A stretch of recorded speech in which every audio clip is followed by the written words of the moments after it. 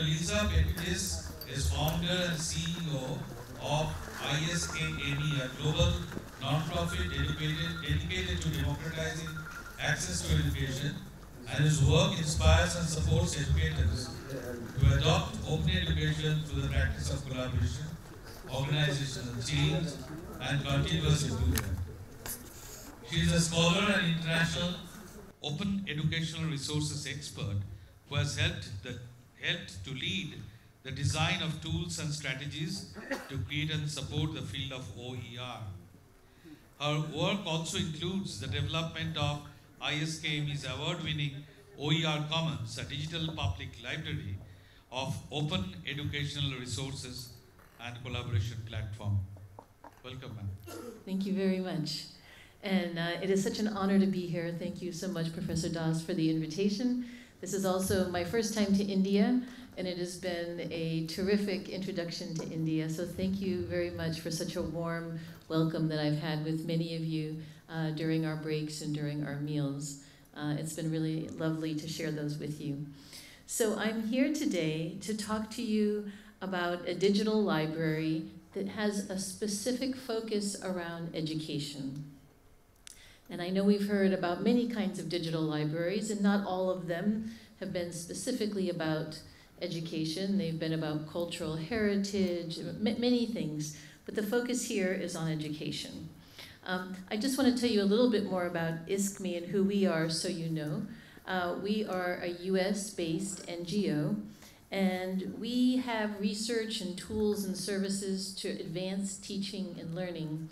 And my background is both in education policy as well as in information science. So our work really blends those two things, both the education policy side of teaching and learning, as well as the information science or library science aspect. And we focus on the practice of continuous learning, collaboration, and change in both K-12, that's primary, secondary, and higher education, and also in informal education. And I'm going to talk a little bit about OER Commons today and just show you a few screenshots of it to show you how and why we created this digital public library of OER. And it's not only a library in a traditional sense, but it's a collaboration environment that supports the curriculum improvement. So I'm going to start with, if you were here for the panel on the first day on Monday, I said we have to really have our purpose and our challenge very well articulated. And so for our organization, for ISKME, and for the development of the OER Commons Library, we believe that access to education is a human right. And we start with that, and we go back to that whenever we have to make a decision about one thing or another. We come back to this, that's part of our driving force behind us. Now, open education, as we say, it's really a radical reimagination of the education system. It's about how we leverage technology and a global sharing economy to better serve students. Now, many people talk about the sharing economy as something that's very transactional, right? So you have Airbnb, or you have different kinds of sharing economies, or Uber. But we really, when we talk about a sharing economy, we really talk about something that is reciprocal and is collaborative.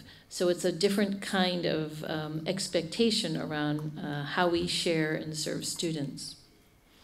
So open educational resources, how many people here have heard of the term OER?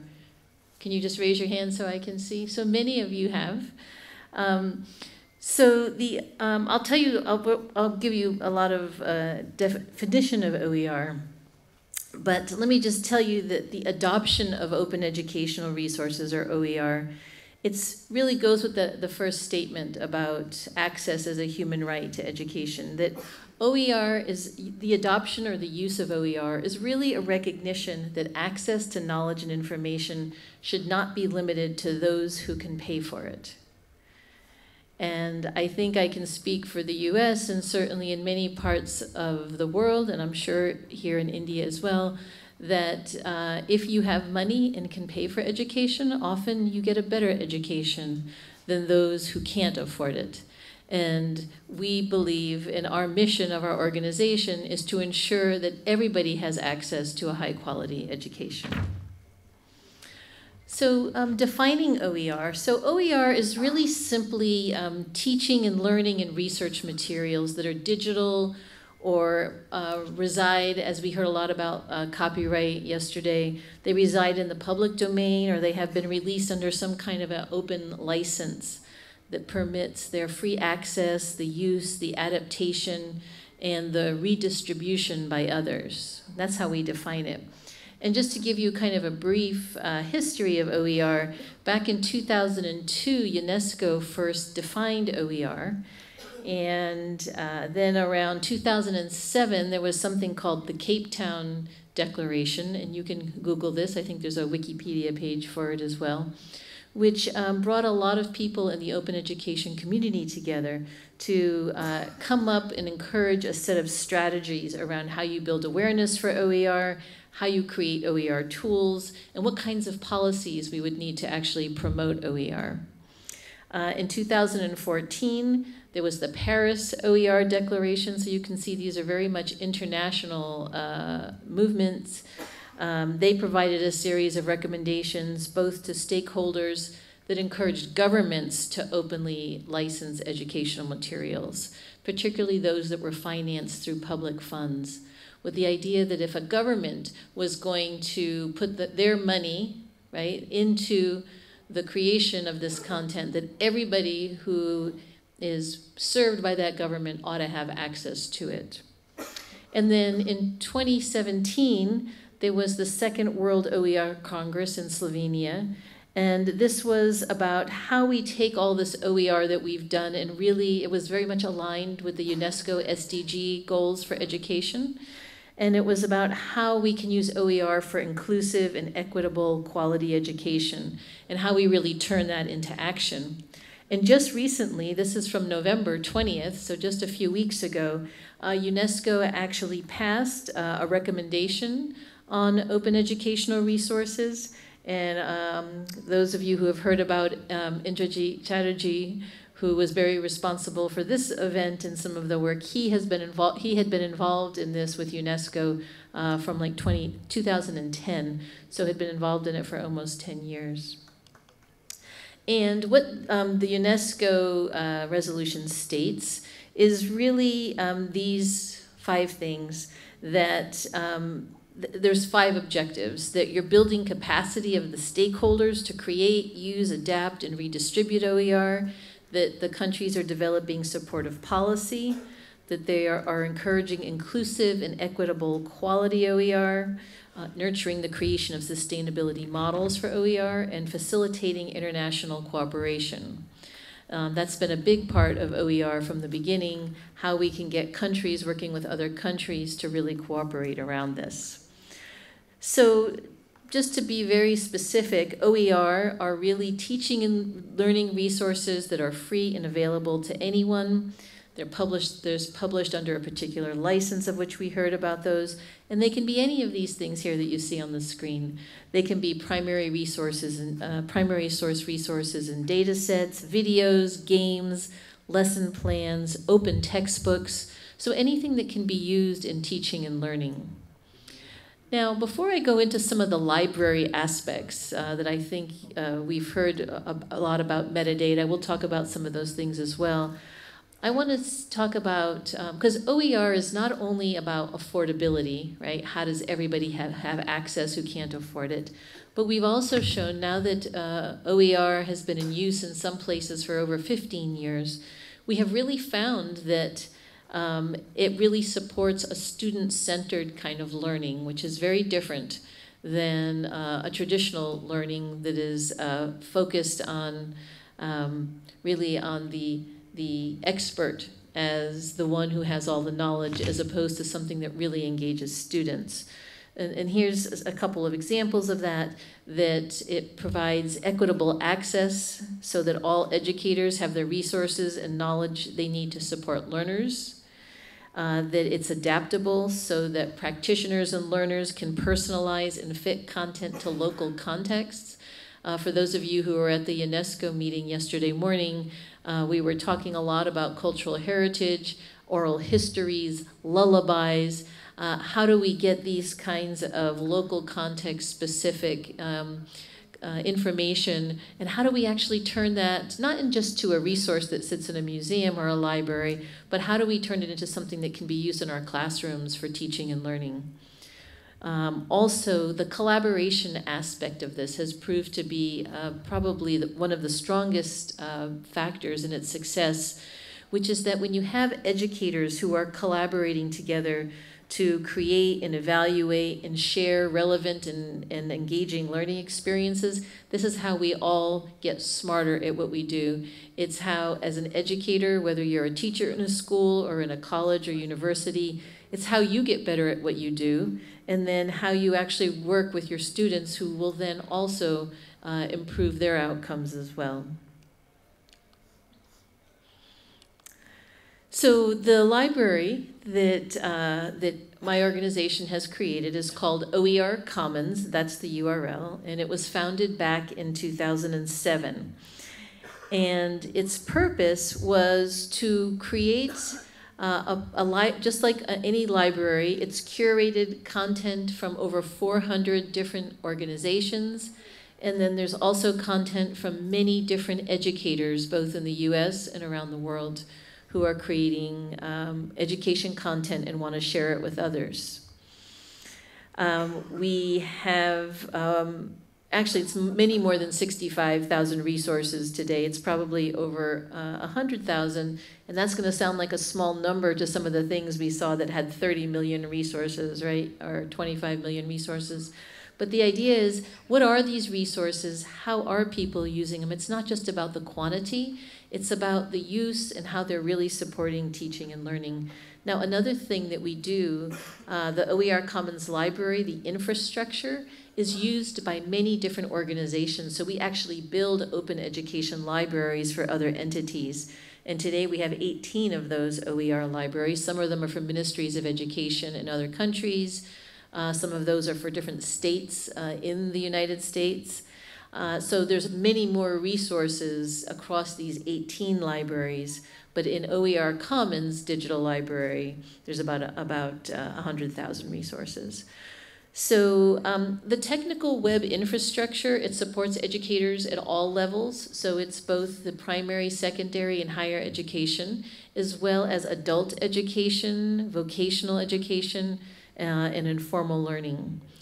Another important piece of, this is what now we're getting into like what's a library and who does a library serve, but if you think about this library, who do we want it to serve, right? We want it to serve educators and students who are in classrooms. And so we've had to build a lot of interoperability with other systems, with learning management systems and library systems to actually ensure that the content can easily go to where it needs to go. So it's not about everybody comes to my library because it's the best library. It's how does the content that is there, the rich content in the library, get to the end user? And that's a big part of what we work on today, is the portability and the interoperability of the content. Also within OER Commons, there's an authoring platform. So if you aren't able to create your content on another site or you don't have that available to you, there's many ways to create content. There's a platform, there's a tool in the platform that you can do that through, but you can also easily upload something through Google Docs or Word Docs, and they become automatically into the HTML code when you put them in. And what that does, it's not just a storage place for the content, but it is a storage place for the content. It allows it to be remixed. So somebody can take what you've created, they can add some exercises, they can add some explanation, they might translate it to another language, and then it becomes a resource, another resource itself. And we have very good version control. So you always have the original version, and then you have the versions of people who have remixed that as well.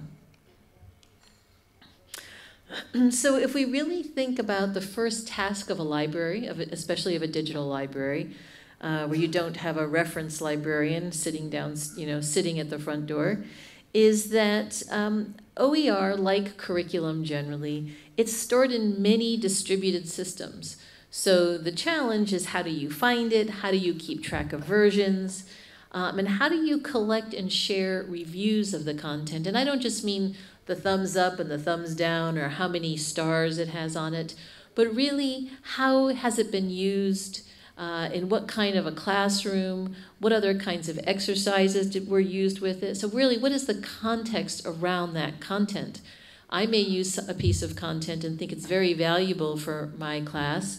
You may think it's not appropriate for your class. It doesn't mean it's good or bad. This is why thumbs up, thumbs down isn't the best rating system. You really have to know how it's used.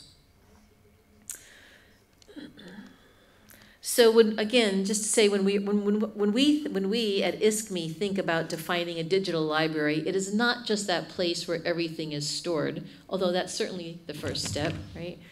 But it's more than a storage space. It's a collaboration space. It's going to have some kind of creation and remixing tools. It's going to have heavy curation, meaning we have always had several metadata librarians as well as content expertise to both curate the content as well as enrich the metadata. So we've heard this, I've heard it every day that I've been here, the issues around metadata, and while we know that AI and tagging is going to become easier in the future, I think it was the gentleman who showed us the music library. They had to hand code the music. Every 4 seconds they were putting indicators or tags on that. So similarly, the art and the craft of curation, just like if you're creating, if you have a museum, you don't just throw everything in the museum and say, here it is. You think about how somebody walks into the museum. Where do they Where do they walk first? What do you want them to learn as they go through the museum? So this is how, as educators, we also think about this. We have a word for it, we call it scaffolding. But it's really about how we take that educational outcome or the goal of the education and then how we create an experience to get there. And that's what curation is. So when people say you don't need curators or you don't need metadata librarians, we have found that that's absolutely untrue. Those are the most essential parts of the engagement and outreach strategy for digital libraries.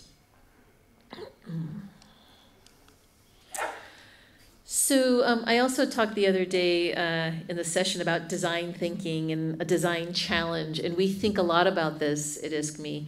And when we think about what we're trying to solve for and what the problem is, today most of the materials that are used in education, if you just look globally, in many cases they're proprietary, they're commercial. And so you might have a textbook that's being used, a science textbook, for 20 years in a classroom. So it's a very static piece of material. You might have classrooms that have no textbooks for science for high school. We've seen this example in South Africa. There was a project, an open ed project called Siyavula, which created high school science textbooks for the first time in that country. And the good news there is 8 years later, the Ministry of Education actually adopted the OER, the Open Science textbooks, as the official textbooks for the country. In many countries, I actually don't know the context here, but you can only use, especially in your primary and secondary education, you can only use materials that have been approved by your ministry. Is it like that here? Or do you have more flexibility in how you can use content? Somewhat? All right. Okay, so when you can actually have some of that flexibility, it's much easier to adopt OER. And just to kind of reiterate something I said earlier, we really are, the radical piece of this is we're changing that traditional role of the educator as gatekeeper, and really trying to center these conversations around creating equity in these systems. And when everybody has access to content, you have a much more equitable system. So I want to just talk a little bit about the library structure and how it's designed really by and for educators. That's who we serve, as we are serving the educator.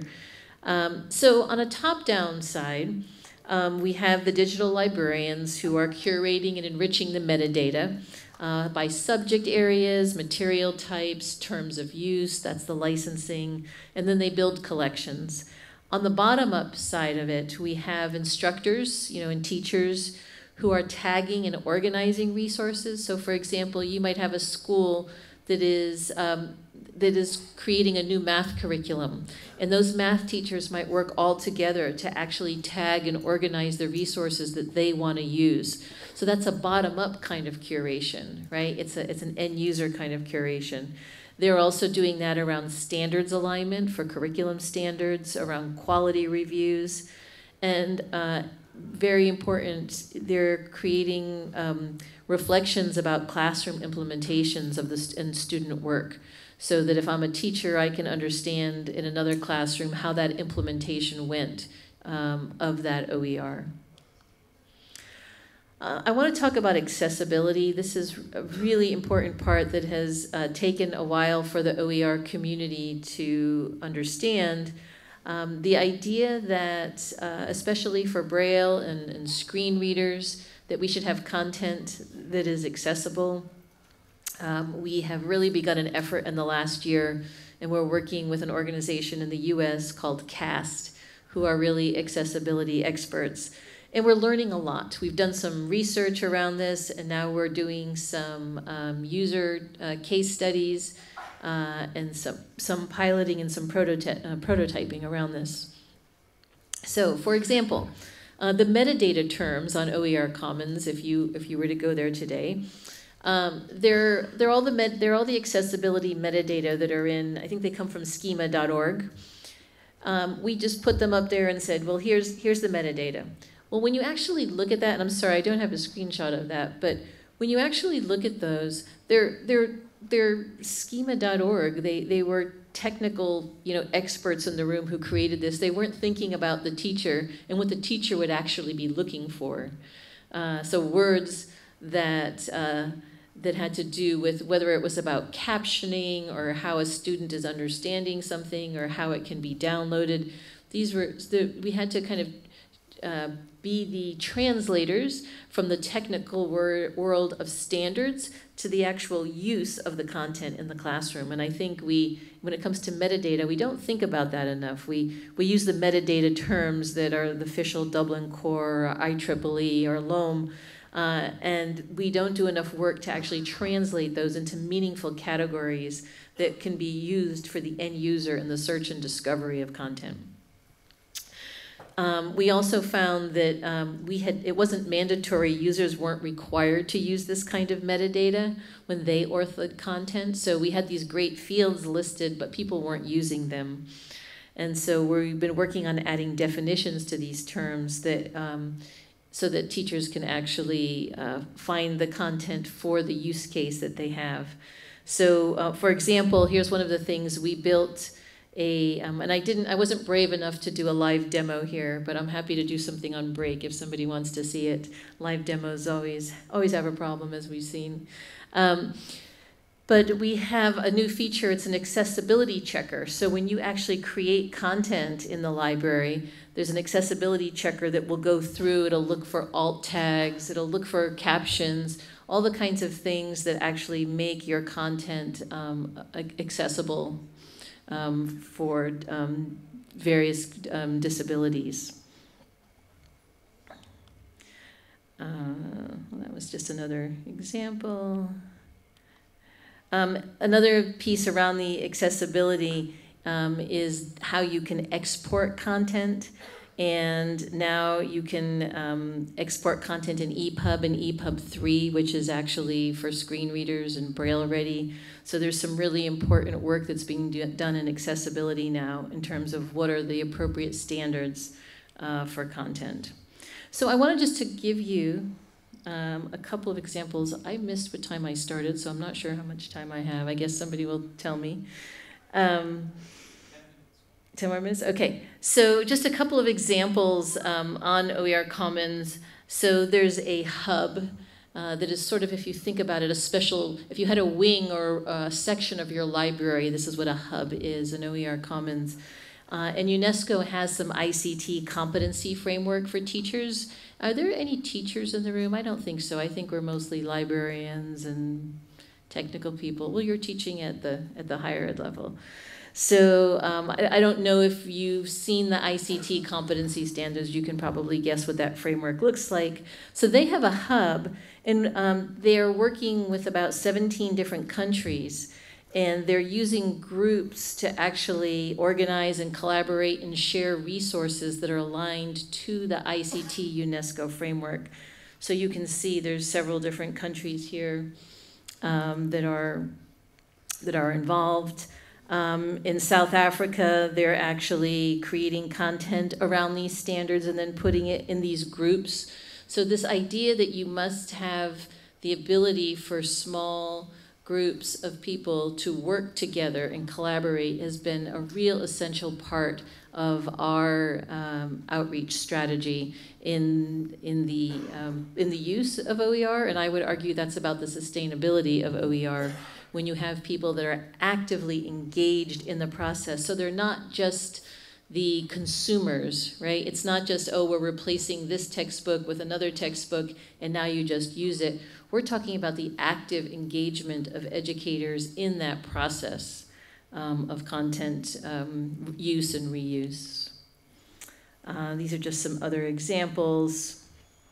This is from Togo.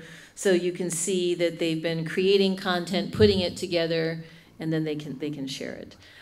There's a project that we're just getting started with now. As I mentioned, we have 18 different libraries that we host and run. And we're finding that there is a very strong need to be able to share metadata across platforms. And so we've just been doing some grant writing and some early prototyping around not only working with our 18 libraries, but working with libraries outside of our ecosystem to begin to find ways that we can actually exchange metadata more easily. We do now things through harvesting. There's a lot of automated ways we exchange metadata with our 400 providers. There's also things like Excel spreadsheets that we get via email. But there's really an interest in sharing metadata across platforms. And this is a lot about how do we not reinvent the wheel? Why does everybody need to create? I think this came up also yesterday. Everybody doesn't have to create the same thing. If we can actually share what we have, the resources we have, like the time, money, effort, those kinds of resources, they go a lot further. So we're working on this now. And some of the challenges, again, I think that we've heard over the last couple of days, we have a lot of legacy metadata, so metadata that hasn't been updated in 10 years. We have content silos. There's a lot of variations in how we describe a resource. Even the subject area, whether you call it math or maths, that's a simple one, but it gets a lot more complicated. The context of the metadata. So this is really about the kind of the paradata. We use that term sometimes, which is about how the content is used, what standards is it aligned to. We want to be able to transfer all of that metadata with that piece of content so that it can go on to the next library, have other metadata attached to it, and then keep going. And then how do we know that that's the same resource as we go? So obviously the duplication and the redundancy of resources is another challenge that certainly, that things like AI are going to be contributing to in a major way. These are just some areas that we've explored. I just wanted to sort of mention them. We've done things with badging and awards for content creators. We've done different kinds of social elements.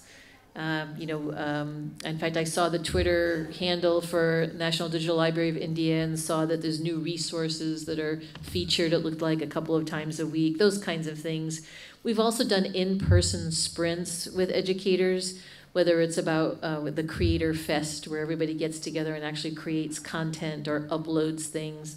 We've done a lot of training academies and content evaluation sprints.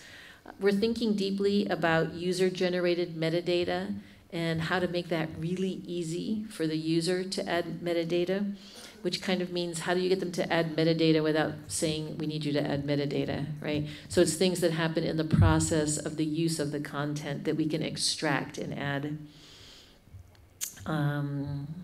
So those are some things, and I already mentioned about the metadata sharing across libraries. So those are some of the things that at least 2 years from now, I'll be able to tell you a lot more about.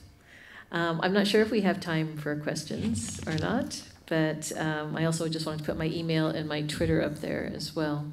So thank you.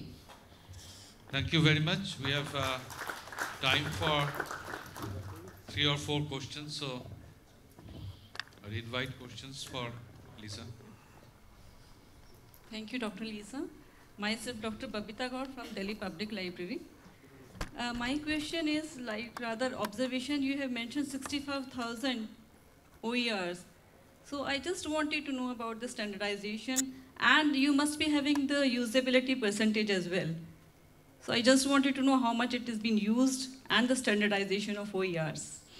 By standardization, do you mean, what exactly do you mean by that? The standards for especially for the college students if they want to use.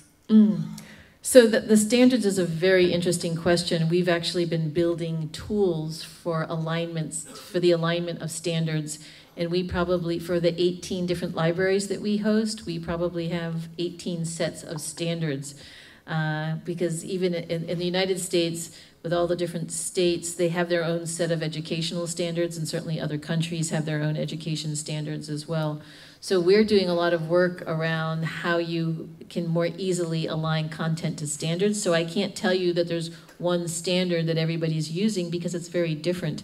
In fact, from a research perspective, I think it's going to be very interesting to start looking at standards across grade levels, across subject areas, whether it's within our own country or across country. It's going to be very interesting to see what this looks like over time.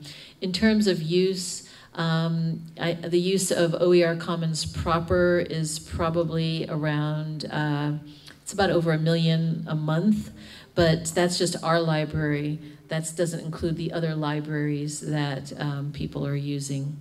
And again, the other thing is we really encourage people to come to our library and then take the content into their learning management system. So there's a lot that we can't track. Again, we're not looking at everybody who just comes to our site. We can tell if they've used an API or they've downloaded content. But the idea is, how can this content, we're sort of like the central point where all of this content gets enhanced and standards alignment, and then how does it go out to all of these different places? That's really what we're trying to do, is help move the content. Like we're like a conduit, you know, like the pipe for how you get content out into all the learning environments. Yeah. So it's on the increasing side, right? So it's what? Increasing side. I mean, the graph is going up. Absolutely, absolutely. And this field of OER, 15 years ago, when I would ask a room how many people knew OER, maybe 2 or 3 of you would raise your hand. I think half of you raised your hand too. So there's a lot more awareness about OER today as well. Thank you so much. Thank you for your question. I think there's another question here. I can't see because the light is... I'm a regular user of your OER Commons. So the best thing is that you can download different materials on the basis of grades, say K-12 grade or undergraduate. Can you speak just a little louder? I'm sorry, and I can't see your lips because there's a light in my eye too. Yeah. Okay. Yes. So I am a regular user of OER Common. The best thing is that I can download different course material and learning object as per the grades. Say it's a K-12 grade or undergraduate or postgraduate. My question is that at the back end, what kind of metadata schema you are using? Because there are a lot of candidates. Yes. IEEE LOM is there, LRMI is there, CAN code is there. So yes. On the basis of which criteria you have selected the metadata? Yes. And are your packages are Scrum compliant? That means I can download and incorporate it in my LCMS like Moodle or something? Yes, we have the downloads for about 7 different learning management systems, including Moodle. You can also currently download the content in different kinds of packages. So everything from SCORM to PDF to EPUB 3, HTML. So there's different ways you can actually download the content. And you asked one other question, which now you had like 5 questions in there. I can share with you our metadata schema. When we started this over 15 years ago, we started with Dublin Core, but over time, we've actually done some very sophisticated metadata mapping, so we can also export in Loam. We have everything for schema.org, so LRMI, so we have many different, we're kind of crazy this way. Some people just say, well, we're just going to use one standard and that's what we use. But we wanted to be able to, we're sort of like the translators between everybody who is actually using OER. I know people say if you want to make it work, you have to have one standard and everybody has to have it. We're trying to say, how can we actually map this and help facilitate the exchange? So I would say we serve a very important translator role in metadata. And of course, we've done a lot of enhancements over time and some refinement and added some of our own terms.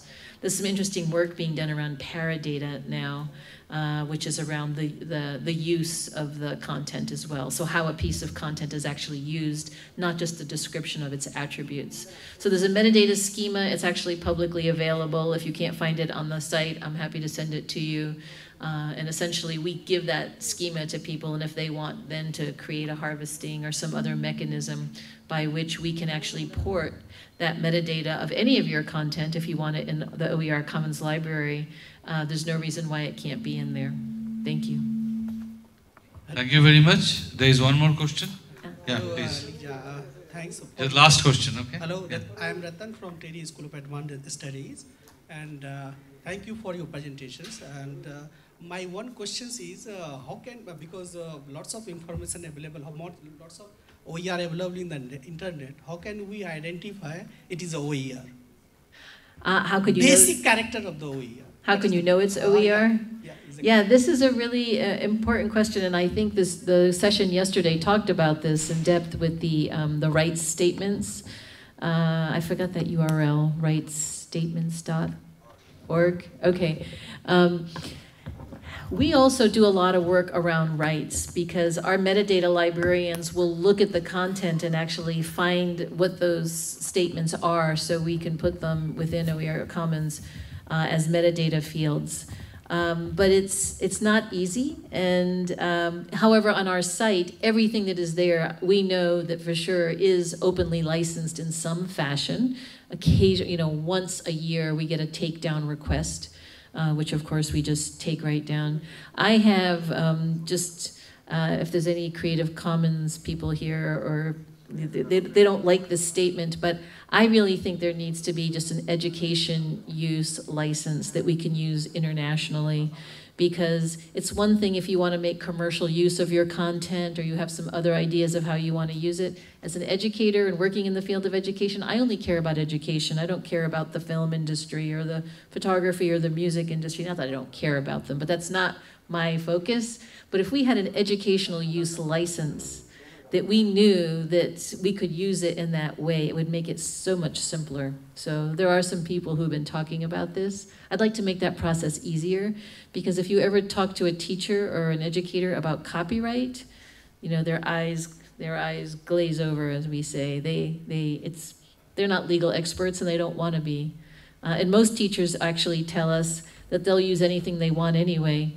They don't care if it's copyright. They ignore the copyright.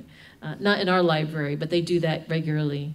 So I think the licensing is one of the most important things that we have to solve so that it's so easy for an educator to understand. And today it's not. Thank you. Thank you very much. Let's congratulate and thank Lisa Petrides for the excellent talk.